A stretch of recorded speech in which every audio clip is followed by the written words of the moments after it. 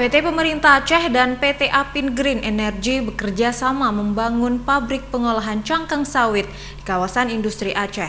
Selain untuk memudahkan petani sawit, kerjasama ini juga sebagai salah satu upaya meningkatkan pendapatan Aceh di sektor impor nantinya.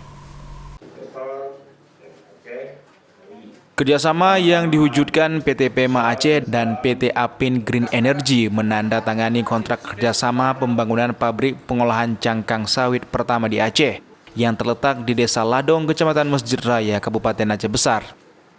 Penandatanganan naskah kerjasama itu turut disaksikan Gubernur Aceh Nova Iriansyah melalui aplikasi Zoom secara daring, serta dihadiri sejumlah pejabat dari Kementerian Industri Perdagangan Republik Indonesia. Kerjasama ini dilakukan mengingat Provinsi Aceh memiliki potensi yang baik, terutama hasil perkebunan dari komoditas sawit yang diolah dan langsung diekspor ke negara Jepang, di mana sebelumnya ekspor dilakukan melalui Medan dan Riau.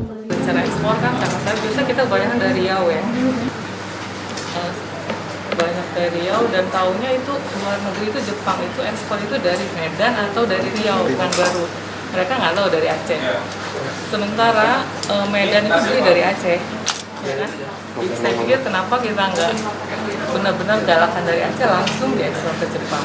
Setelah itu saya lihat kawasannya bagus, lokasi juga bagus, dan kedepannya sepertinya ada JT ya, yang pelabuhan katanya kedepannya nanti akan bisa langsung ekspor dari kawasan.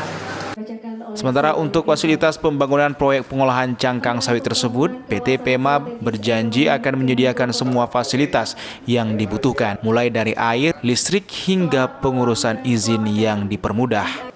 Dari Banda Aceh, Syukri Syarifuddin, iNews melaporkan.